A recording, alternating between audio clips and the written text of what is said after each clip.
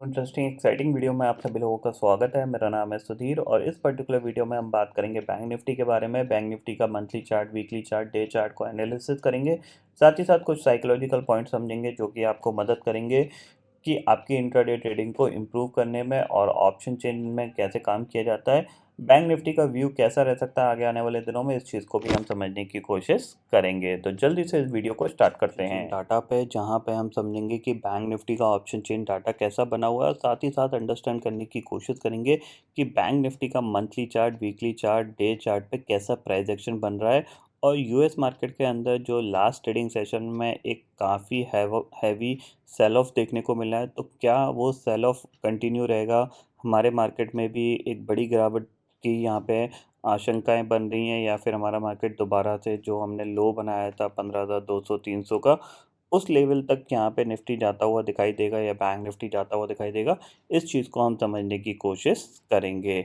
But इस particular video में हम कुछ चीज़ें ऐसी भी डिस्कस करेंगे जो हमारे साइकोलॉजिकल पॉइंट को इम्प्रूव करने में कोशिश करेगी और मार्केट में हमें थोड़े से पैसे कमाने की यहाँ पे एक हेल्प करेगी। ठीक है ना? एक चीज़ यहाँ पे हमेशा ध्यान रखिए, ज़्यादातर लोग जैसे कि जो वर्किंग लोग हैं, जो जॉब करते हैं, या फिर वो जो जिनकी सैलरी बहुत ज़्यादा नहीं है, अंडर 50,000 के आसपास आती है, कंटिन्यूअसली मैं देख रहा हूँ इस टाइप की जो लोग हैं जो मार्केट में कंटिन्यूअसली लॉसेस पे लॉसेस, लॉसेस पे लॉसेस करे जा रहे हैं। और इसके पीछे का जो सबसे मेन इम्पॉर्टेंट साइकोलॉजिकल पॉइंट पता है क्या है? शॉर्टकट में पैसा कमाना। कोई अपने बॉस से परेशान है इसलिए ट्रेडिंग कर रहा है, कोई अपने ऑफिस जाने के शेड्यूल से परेशान है इसलिए ट्रेडिंग कर रहा है, किसी की सैलरी 30,000 40,000 रुपये है, बट उसका सपना BMW या मर्सिडीज़ खरीदने का है, इसलिए वो ट्रेडिंग कर रहा है। उसको लगता है यहाँ पे शॉर्टकट में या बहुत इजी तरीके से यहाँ पे बहुत ही जल्दी बड़े पैसे कमाए जा सकते हैं, ये चीज़ फॉलो कर रहा है। कोई अपने माँ-बाप को ही कह सकते हैं, एक ये दिखाना चाहता है कि मैं बहुत बड़ा आदमी बन सकता हूँ ट्रेडिंग से, उस चीज़ पे वो उनको फ़ोर्स करके उनसे पैसे लेके ट्रेड कर रहा है। तो मैं आपको एक चीज़ क्लियरली बता देता हूँ, जितना ईज़ी अगर आप मार्केट को समझोगे ना, जितना ईज़ी, उतने ही आपके टफ़ दिन रहेंगे। ये चीज़ ध्यान रखिएगा। जितना आसानी से आप सोचोगे कि मैं मार्केट से पैसा कमा लूँगा ना, उतना ही मुश्किल है मार्केट में पैसा कमाना। ये चीज़ मैं बता देता हूँ आपको कि अगर आप मार्केट से साल भर में अगर आप 10,000 रुपये भी ले जाते हो ना, 10 क्या मैं कहता हूँ 5,000 रुपये भी ले जाते हो ना, तो आप अपने आप को ये समझिएगा कि मैंने 5% ट्रेडिंग सीखी है, 5%, अगर आप साल भर में इतने रुपए ले जाते हो तो। अगर वहीं आप अगले 2-3 साल इस चीज़ को कंटिन्यू करते हो कि 5,000, 5,000, 5,000, एंड ऑफ द ईयर आप प्रॉफिट में रह रहे हो, तो आप कहीं न कहीं 35 टू 40% ट्रेडर बन चुके हो। लेकिन अगर आप ये सोच रहे हो कि मैंने 1 महीने में 1 लाख रुपए कमा लिए थे या 10 लाख रुपए कमा लिए थे, अब तो मैं ट्रेडर बन गया हूँ, तो भैया गलतफ़हमी में जीना बंद कर दो। कुछ ही साल में आपको या कुछ ही अगले 3-4 महीने में आपको आपकी औकात पता चल जाएगी कि मार्केट कहाँ रहता है, मार्केट कितना सुपीरियर है और आप कहाँ रहते हो। इसीलिए मैं आपको हमेशा एक इम्पॉर्टेंट पॉइंट समझाता हूँ, always follow your discipline and your positional sizing. आपका प्रोसेस हमेशा क्लियर कट होना चाहिए। ये नहीं कि आप इंट्राडे ट्रेडिंग तो कर रहे हो, बट सडनली आप कॉल बाय कर रहे हो, सडनली आप पुट बाय कर रहे हो, फिर कॉल बाय कर रहे हो, फिर पुट बाय कर रहे हो। ये बिल्कुल नहीं होना चाहिए। जो भी एनालिसिस आप लगाते हो, व्हाटएवर द एनालिसिस जो भी आप करते हो, अंडरस्टैंड करते हो, या किसी का वीडियो देख के चीज़ें सीखते हो, समझते हो, बट एक चीज़ ध्यान रखिएगा कि डिसिप्लिन और प्रोसेस, ये दोनों चीज़ें आपके अंदर आएंगी तभी आप ट्रेडर बन पाओगे। और डिसिप्लिन कब आता है? जब आप एक प्रोसेस को बार बार बार बार करते रहते हो। वो डिसिप्लिन कभी नहीं आएगा कि आप हर मार्केट के मूवमेंट में एक ट्रेड फाइंड आउट करने की कोशिश कर रहे हो। यहाँ से मार्केट 50 पॉइंट गया, आपने एक ट्रेड डाली, 5 पॉइंट कमाए और बाहर निकल आए। ठीक है। फिर मार्केट 100 पॉइंट नीचे गिरा, उसमें आपने ट्रेड डाली, 10 पॉइंट कमाए, आप निकल आए। ठीक है, आज आपको पैसा मिल गया है, लेकिन ज़रूरी नहीं है वो पैसा कल मिलेगा, क्योंकि कल जैसे ही आप शॉर्ट करने की जाओगे वहाँ पे ट्रेड डालोगे, हो सकता है मार्केट वहीं से रिवर्स कर जाए, आप फंस जाओगे। तो प्रोसेस क्या कहता है? प्रोसेस ये कहता है कि अगर आप कोई ट्रेड डाल रहे हो, उस ट्रेड में आपका स्टॉप लॉस मोस्ट इंपॉर्टेंट है। क्यों? क्योंकि आप फ्रीक्वेंटली ट्रेड डाल के छोटे छोटे प्रॉफिट निकाल रहे हो। आपकी ट्रेडिंग स्टाइल देखिए, हर किसी का ट्रेडिंग स्टाइल जो होता है वो अलग अलग होता है। कोई ट्रेडिंग स्टाइल में 10-20 रुपये कमाने आता है, मतलब 10-20 पॉइंट कमाने आता है निफ्टी बैंक निफ्टी में। कोई चाहता है कि भैया मैं 10 रुपये का ऑप्शन लूँ और एटलीस्ट वो 50 रुपये पे जाए, 50, 60, 70, 80, यानी आपको एक बड़ी अपॉर्चुनिटी मिले। तो दो टाइप के ट्रेडर्स हैं। जो छोटे ट्रेडर्स होते हैं जो 10-20-30 पॉइंट कमाते हैं, स्कैल्पिंग जो करते हैं, वो लोग डिफरेंट टाइप से सोचते हैं। उनमें क्या है, ज़्यादातर लोग जो नए नए जो मार्केट में स्कैल्पिंग करने आते हैं ना, उनको लॉस होने के चांसेस 90% हैं। ठीक है ना, क्योंकि स्कैल्पिंग में आप कभी भी टॉप और बॉटम पकड़ नहीं सकते। और जब market later suppose for example कि आपने, एक एग्जांपल मैं आपको देता हूँ। ठीक है, आपने लेटर सपोज ये मोमेंट फॉल हो रहा था, यहाँ पे मार्केट गिर रहा था, आपने शॉर्ट किया और लेटर सपोज आपका जो शॉर्ट हुआ वो इस लेवल पे शॉर्ट हुआ। ठीक है, तो आपको ये प्रॉफिट मिल गया। ओके, बट फिर आपने देखा यहाँ पे आपने इस कैंडल पे प्रॉफिट बुक कर लिया, क्योंकि आप तो 4-5 पॉइंट कमाने आए हो। जाहिर सी बात है, आपने देखा मार्केट और गिर रहा है, आपने दोबारा शॉर्ट कर दिया। जो गलती लोगों से क्या होती है, आपने शॉर्ट किया, आपने यहाँ अपना प्रॉफिट बुक कर लिया, यहाँ पे आपको देखा कि फिर आपको यहाँ पे क्या हो रहा है कि आपका यहाँ पे क्या अंडरस्टैंडिंग हो रही है यहाँ पे कि मार्केट दोबारा से गिर रहा है। और दोबारा से जब गिर रहा है तो आपका क्या है, आपने दोबारा यहाँ पे शॉर्ट किया। शॉर्ट करने के बाद इमीडिएटली मार्केट बाउंस कर गया। अब हुआ क्या, आपने जो 2 पॉइंट आपने यहाँ कमाए थे ना, इस शॉर्ट की वजह से वो कम से कम 5 पॉइंट का आपको लॉस होने लगा। क्योंकि एक चीज़ हमेशा ध्यान रखिएगा, अगर ऑप्शन यूं भाग रहा है ना यूं, और अगर मार्केट में यूं रिवर्सल आया तो ये ऑप्शन इतनी तेज़ी से नीचे आएगा ना कि आपके कपड़े फाड़ देगा। ऑप्शन में जो सबसे ज़्यादा लोगों को लॉस होता है वो इसी वजह से होता है, क्योंकि जो ऑप्शन का मोमेंटम होता है, जब ये फॉल कर रहा है तो ऑप्शन का मोमेंटम बहुत तेज है। ठीक है ना, और आपकी एंट्री टॉप पे होगी, और जैसे ही मार्केट ने रिवर्स किया ये ऑप्शन इतनी तेज़ी से नीचे आएगा कि आपके कपड़े फट जाएंगे। 2-3 पॉइंट जो आपने कमाए ना वो आपके यहाँ से चले जाएंगे। तो इसीलिए मैं आपको एक चीज़ हमेशा बोलता हूँ कि आप प्रोसेस को फॉलो करो, अपना प्रोसेस बनाओ, उस प्रोसेस को इतना सिंपल रखो कि आपको ज़्यादा सोचने की ज़रूरत ना पड़े अपनी ट्रेड डालने के लिए। ठीक है ना, और आपको स्कैल्पिंग की ज़रूरत ना पड़े। आपका सेटअप ऑलवेज मान के चलिए 1:3 से ऊपर का होना चाहिए। और अगर ये है और आप इसको फॉलो करने की प्रैक्टिस कर रहे हो, तो मैं गारंटी देता हूँ आप ट्रेडर बन जाओगे। बहुत बड़े ना बन पाओ, लेकिन फिर भी आप महीने के 1-2 लाख रुपए आप मार्केट से कमा सकते हो, 20-30 हज़ार रुपये कैपिटल से। बड़ी कैपिटल की बात ही नहीं कर रहा मैं यहाँ पे, करोड़ों रुपए कमाने की बात ही नहीं कर रहा हूँ। अगर आपको मार्केट से महीने के लाख रुपए भी कमाने हैं ना, 25 से 30 हज़ार रुपये सफिशिएंट होते हैं आपके लाख रुपए बनाने के लिए।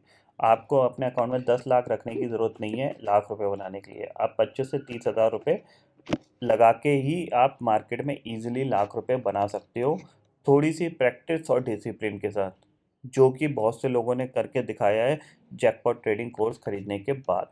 ठीक है ना, 1200 रुपये का कोर्स, उसको लेने के बाद बहुत से लोगों का ट्रेडिंग स्टाइल चेंज हुआ, उनका डिसिप्लिन बन रहा है, उनको ये चीज़ समझ में आ रही है कि कंसोलिडेशन मार्केट कैसा होता है, ट्रेंडिंग मार्केट कैसा होता है, ट्रेंडिंग मार्केट कैसे बनता है, ये चीज़ का आइडेंटिफिकेशन उनको देखना आ गया है। और बहुत से लोग ऐसे हैं जो स्टिल अभी भी सट्टेबाजी कर रहे हैं, उनको कोर्स क्या कुछ भी दे दो फ्री में, कितना भी ज्ञान दे दो, वो अभी भी सट्टेबाजी ही कर रहे हैं।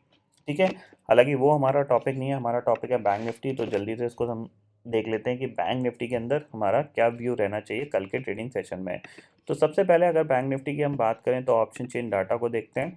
ऑप्शन चेन डाटा में अगर बैंक निफ्टी की क्लोजिंग हम लास्ट देखेंगे तो हमारी क्लोजिंग 39,000 के आसपास आई थी, और जैसा कि यूएस मार्केट के अंदर 3 से 4% की गिरावट देखने को मिली है, तो एटलीस्ट हम भी करीब 1 से 1.5% या 2% तक का गैप डाउन दिखा सकते हैं। अगर हम 1% का गैप डाउन दिखाते हैं तो फॉलोअप सेलिंग भी आ सकती है, ये चीज़ आप क्लियरली समझ लीजिए। ठीक है, तो यहाँ पे अगर हम देखें तो कॉल राइटिंग में आपको दिखेगा यहाँ पे 39,000 पे 17 लाख का ओपन इंटरेस्ट है, और पुट पे भी करीब 14 लाख का ओपन इंटरेस्ट है। अब जाहिर सी बात है, गैप डाउन खुलेगा तो 38,500 तक के पुट राइटर्स ये फंसेंगे। ठीक है ना, तो पहले तो इनका प्रेशर यहाँ पे मार्केट को नीचे ले जा सकता है, और अगर मार्केट पुल बैक में आता है तो there will be the selling opportunity जो आप ढूंढ सकते हो। ठीक है, और वो कहाँ पे मिलेगी वो चीज़ मैं आपको यहाँ पे चार्ट पे एक्सप्लेन करने की कोशिश करूँगा। तो ऑप्शन चेन डाटा में वैसे ही फ्राइडे का ट्रेडिंग सेशन था तो कोई ज़्यादा डाटा नहीं है। बैंक निफ्टी के चार्ट पे चलते हैं, सबसे पहले मंथली चार्ट देखते हैं।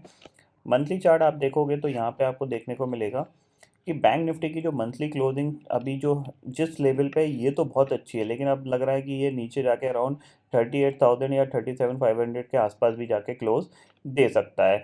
तो फिलहाल जो बैंक निफ्टी का अगर व्यू देखा जाए तो थोड़ा सा पॉजिटिव ही दिख रहा है मंथली चार्ट पे, बट अब ये कैंडल नीचे शिफ्ट हो जाएगी, अराउंड 38,000 के आसपास आती है, तो वो क्लोजिंग कहाँ आएगी, अगर मैं 38,000 के आसपास भी क्लोज देता है तो अराउंड इस लेवल पे आएगी, जो कि देखा जाए पिछले कुछ महीने के नीचे की ही क्लोजिंग है।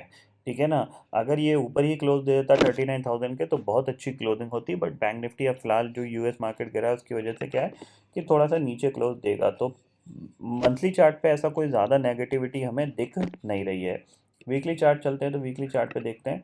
वीकली चार्ट पे आपको क्लियरली दिखेगा कि यहाँ पे अब आपका एक चीज़ अंडरस्टैंड करने वाली बात ये है कि आपको एक इससे पहले वाला वीक था वो एक कंसोलिडेशन का मिला है, ठीक है। और उससे पहले वाला एक आपके पास क्या था, रेड कैंडल का आपके पास यहाँ पे वीक था, यानी सेलिंग देखने को मिली, फिर आपको कंसोलिडेशन देखने को मिला है। अब इस कंसोलिडेशन का ब्रेकडाउन या ब्रेकआउट हो सकता है, और ब्रेकडाउन के संकेत ज़्यादा मिल रहे हैं, ठीक है। तो ज़्यादा ब्रेकडाउन के संकेत मिल रहे हैं तो जाहिर सी बात है आपको नीचे के टारगेट आपको पता होने चाहिए कि बैंक निफ्टी कहाँ तक गिर सकता है। तो उन टारगेट को समझने के लिए हम डे चार्ट चलते हैं, तो देखते हैं डे चार्ट पे। देखो, एक चीज़ ध्यान रखो, 38,000 के नीचे अगर आप फिसलते हो, ठीक है, इस लेवल के नीचे फिसलते हो तो आप वीक हो, और वो वीकनेस कहाँ तक गहरा सकती है, वो आपकी गहरा सकती है इस लेवल तक, जो कि है 37,280 तक। यानी इस फॉल में बैंक निफ्टी एटलीस्ट इस लेवल को टच कर सकता है, ठीक है। और अगर इसके नीचे स्लाइड किया तो फिर जो नेक्स्ट टारगेट होगा वो आपके पास है 36,000 का, जो कि हमारा ये ब्रेकआउट लेवल है जो डब्ल्यू पैटर्न बना था। अगर इसको मैं 15 मिनट टाइम फ्रेम में लेके जाता हूँ तो आपको देखने को मिलेगा सबसे पहला लेवल मैंने आपको बता दिया यही है, जहाँ से हमने ये एक पुल बैक दिखाया था, और ऑलमोस्ट जितनी गिरावट थी उसका करीब 80% हमने रिकवर कर दिया था, ठीक है। अब गैप डाउन खुलेगा तो जाहिर सी बात है, अब वो गैप डाउन कहाँ खुलता है वो चीज़ इंपॉर्टेंट है। लेटर सपोज अगर 38,500 पे ही ये खुल गया तो फिर आपको एक सेलिंग अपॉर्चुनिटी मिल जाएगी यहाँ पे, क्योंकि फिर ये 38,000 तक जा सकता है, क्योंकि वीकनेस यूएस मार्केट के अंदर ज़्यादा है, तो थोड़ा सा यहाँ पे सेलिंग प्रेशर और रह सकता है। बट अगर 38,000 के आसपास ही खुल गया तो फिर आपको क्या करना है, वेट करना है प्राइस एक्शन बनने का। एटलीस्ट अगर इसको नीचे जाना होगा तो लेटर सपोज ये खुला और उसको नीचे जाना है तो फिर क्या करेगा, ये वॉलेटिलिटी करके फिर ये नीचे मूव करना स्टार्ट करेगा। और अगर ये इसको नीचे नहीं जाना होगा तो ये खुला धीरे धीरे वॉलेटिलिटी करके या तो साइडवेज चला जाएगा या फिर ऊपर की तरफ रिकवर करने की कोशिश करेगा। तो ये पॉइंट आपको यहाँ पे ध्यान में रखना है, पहली चीज़। दूसरी चीज़, अगर आप थोड़ा सा गौर करोगे, यहाँ पे बैंक निफ्टी के लिए एक डाउनवर्ड ट्रेंड लाइन थी जिसने इसको कंटिन्यूसली होल्ड किया हुआ है, ठीक है। आप इसको इससे मिला लो, ठीक है, और चाहे आप इसको इससे मिला लो, ठीक है। क्लियरली दिख रहा है लास्ट ट्रेडिंग सेशन में इसने कंटिन्यूसली इस ट्रेंड लाइन को रिस्पेक्ट किया, और हर जब भी इस ट्रेंड लाइन के पास गया और सेलिंग आई है, ठीक है। तो बैंक निफ्टी के लिए आपको जो चीज़ समझ के रखनी है वो यही है कि बैंक निफ्टी एक ऐसा इंडेक्स है जो फिलहाल पॉजिटिविटी ज़्यादा दिखा रहा है, क्योंकि जाहिर सी बात है इंटरेस्ट रेट हाइक्स हो रहे हैं, तो जाहिर सी बात है बैंकें आपको दिख रही है कंटिन्यूसली एफडीज़ पे इंटरेस्ट बढ़ा रही है। सेविंग अकाउंट पे अभी तक किसी ने भी इंटरेस्ट नहीं बढ़ाया। एक चीज़ ध्यान रखिएगा, सेविंग्स बैंक पे किसी ने भी अभी तक कोई इंटरेस्ट नहीं बढ़ाया जो इन्होंने घटाए थे, ठीक है ना। सेविंग बैंक पूरी पूरी जो सेविंग अकाउंट है वो पूरी पूरी बैंक की एक कॉस्ट की तरह होती है, क्योंकि सेविंग्स अकाउंट में बहुत पैसा डला होता है। अब जाहिर सी बात है कि एग्जाम्पल के तौर पे देखा जाए, एक बैंक 3% या 3.5% आपको सेविंग अकाउंट में दे रही है, ठीक है। और वही पैसा जो आगे वो लैंडिंग में दे रही है, हाउसिंग लोन, आपका कार लोन, पर्सनल लोन, इनमें दे रही है, उन पे सबों में उसने ब्याज दरें बढ़ा दी हैं। ज़ाहिर सी बात है एफडीज़ में बढ़ा दिया, क्योंकि एफडीज़ में लॉक इन होता है। ज़ाहिर सी बात है 5 साल की एफडीज़ के लिए अगर कोई कस्टमर आता है बैंक के पास, तो बैंक को पता है ये पैसा 5 साल तक ब्लॉक है मेरे पास, तो मैं इसको अच्छी तरीके से यूटिलाइज़ कर सकता हूँ। सेविंग अकाउंट का पैसा वो उतने अच्छे तरीके से यूटिलाइज़ नहीं कर पाते, क्योंकि उनके पास रोटेशनल काफ़ी तेज़ी से पैसा इधर से उधर मूव करता है, तो उनको चाहिए होता है इतना पैसा रखने के लिए, ताकि कहीं पे भी कैश फ्लो की दिक्कत ना आए, ठीक है। तो ये चीज़ है। तो आपको दिख रहा है कि बैंक के क्या है, सेविंग अकाउंट पे कोई इंटरेस्ट रेट नहीं बढ़ाया, बट एफडीज़ पे बढ़ाया है थोड़ा-सा, और लोन पे तो उन्होंने पहले से ही बढ़ा दिया। जैसे ही आरबीआई की पॉलिसी हुई तो लोन उन्होंने महँगे कर दिए हैं। तो ज़ाहिर-सी बात है जो बैंक की जो प्रॉफ़िटेबिलिटी है वो आगे आने वाले दिनों में काफ़ी अच्छी रह सकती है। इसीलिए आप देख रहे हो कंटिन्यूअसली प्राइवेट बैंक्स में और सरकारी बैंक्स में बहुत अच्छी रैली बनी हुई है। आईसीआईसीआई बैंक आप देख रहे हो नया लाइफ टाइम हाई मार चुका है, एक्सिस बैंक भी काफ़ी अच्छा रिकवर कर चुका है। इवन स्मॉल बैंक्स अगर आप देखोगे करूर वायस्या बैंक, इनमें काफ़ी तेज़ी बनी है नीचे के लेवल से। इवन पीएसयूज़ बैंक देखोगे SBI almost life time high के नियरेस्ट ट्रेड कर रहा है, तो इसीलिए वजह से ट्रेड कर रहा है। तो बैंक निफ्टी क्या है, थोड़ा-सा पॉजिटिव ही बिहेव करता रहेगा। तो बैंक निफ्टी को आपको एग्रेसिव सेल ज़्यादा मत करिएगा, अदरवाइज़ आप ट्रैप हो सकते हो। ठीक है? तो ये पॉइंट आपको यहाँ पे समझ में आ गया होगा। वहीं अगर ग्लोबल मार्केट की बात करें तो ग्लोबल मार्केट में की सिचुएशन आपको पता ही है। इंडिसेस फ्यूचर्स में देखते हैं। डाउ फ्यूचर करीब 1000 पॉइंट गिर के बंद हुआ था लास्ट ट्रेडिंग सेशन में, और नैस्डैक भी करीब 4.5% गिर के बंद हुआ था। अगर नैस्डैक का चार्ट देखूँ मैं यहाँ पे, तो आपको देखने को मिलेगा कि लो जो बना था वो अराउंड 11,000 का था, 12,500 पहुंच चुका है। प्राइस एक्शन पूरा नेगेटिव बन चुका है, आप देख रहे हो यहाँ पे। ठीक है, अब जैसे ये लो टूटेगा फिर आपको एक शार्प सेलिंग देखने को मिल सकती है, बट अगर ये लो होल्ड करता है तो थोड़ा बहुत इस बीच में ये कंसोलिडेशन कर सकता है। तो नज़र रखो इसमें कि यहाँ पे और कितनी प्रॉब्लम बढ़ने वाली है, ये चीज़ ध्यान रखिए। क्योंकि स्टेटमेंट जो थे, जाहिर सी बात है यूएस फेड के चेयरमैन की तरफ से वो थोड़े से कह सकते हैं नेगेटिव वाले ही थे मार्केट के लिए। क्योंकि इन्फ्लेशन को कंट्रोल करने के लिए कंटिन्यूसली रेट हाइक्स होंगे, कुछ एग्रेसिव रेट हाइक्स भी होंगे, जो कि मार्केट को पसंद नहीं है। क्योंकि लिक्विडिटी, जाहिर सी बात है जो लिक्विडिटी पंप हुई थी वो अब वापस जा रही है, और जो लिक्विडिटी वापस जा रही है तो मार्केट में लोग प्रॉफिट बुकिंग करेंगे ही, टॉप पे हो सकता है सेलिंग भी करे, लेकिन वो सेलिंग एक लिमिट तक ही रहेगी। मुझे नहीं लगता है कि ये नैस्डैक दोबारा से लो के नीचे ज़्यादा देर तक कामकाज करेगा। क्योंकि इस लेवल के पास जाके जाहिर सी बात है आपके पास बेचने के लिए या प्रॉफिट में रहने के लिए कुछ है नहीं ज़्यादा। और जैसा कि आप पिछले कंटिन्यूसली एफआईआईज़ को देख रहे हो, वो कुछ नहीं सेल कर रहे हैं, क्योंकि वो बेच बेच के थक गए, उन्होंने बहुत बेच दिया। अब कितना बेचेंगे और कितना पैसा है उनके पास। जो भी गिरेगा सिर्फ टेक्निकल वे से मार्केट गिरेगा, फाइनेंशियल वे से चांसेस उतने नहीं है कि बहुत ही ज़्यादा एग्रेसिव सेलिंग आएगी। और आएगी तो किसी को बता के आएगी नहीं, देखते हैं क्या होता है। हमें तो सिर्फ प्राइस एक्शन दिखना चाहिए। प्राइस एक्शन फिलहाल नेगेटिव बन गया है, तो हम नेगेटिव अपॉर्चुनिटी ढूंढने की कोशिश करेंगे, बट हमारे नेगेटिव लेवल थोड़े से ऊपर हों वो ज़्यादा अच्छा है, ना कि हम नीचे जाके ट्रैप हो जाएं। ठीक है, तो आई होप दोस्तों ये पर्टिकुलर डाटा आपको समझ में आ गया होगा। दोस्तों फिलहाल इस वीडियो में इतना ही है। आई होप ये वीडियो आपको पसंद आएगा। वीडियो पसंद आता है तो लाइक और शेयर ज़रूर करिएगा, और चैनल को जो सब्सक्राइब कर लीजिए, क्योंकि मैं सुधीर लेके आता रहूँगा हर दिन आपके लिए नए नए वीडियो। इसी के साथ शुक्रिया दोस्तों, जय हिंद।